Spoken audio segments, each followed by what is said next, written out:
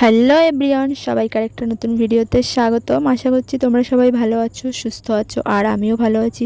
তো আজকে সকালে আমার ঘুমটা ভাঙলো এক স্টুডেন্টের মায়ের কল দিয়ে। ভেবেছিলাম যে আজ সকালে পড়াতে যেতে হবে না, তাই আর ঘুম থেকে ওঠা নিয়ে কোনো ভাবনা চিন্তাই ছিল না। বাট হঠাৎ করে 4:30টার দিকে ফোন আসে, আর তার কলেই আমার ঘুমটা ভাঙে। বলছে যে সকালবেলা পড়াতে এলে ভালো হতো। জিজ্ঞেস করলাম রিজন, বললো যে বিকেল ওদের বাড়িতে কেউ একজন আসবে। তো আমি তো সকালবেলা উঠে পড়েছি 7টার দিকে।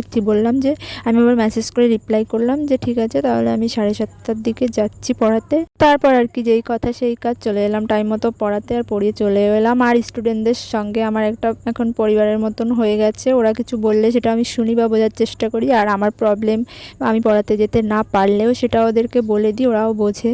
দেন বাড়ি এসে সকালের খাওয়া দাওয়া সেরে দুপুরে 1টা-1:30টার দিকে মা বলে যে রান্না কর। মা সব গুছিয়ে রেখেছিল, আমাকে বলছিল শুধু তুই রান্নাটা কর, তরকারিটা আর একটা টক করতে আমড়া দিয়ে। তরকারির কালার দেখে কেউ নাক ছিটকবে না, কারণ দেখতে খারাপ হলেও খেতে টেস্টি আছে, যেমন আমার মতো।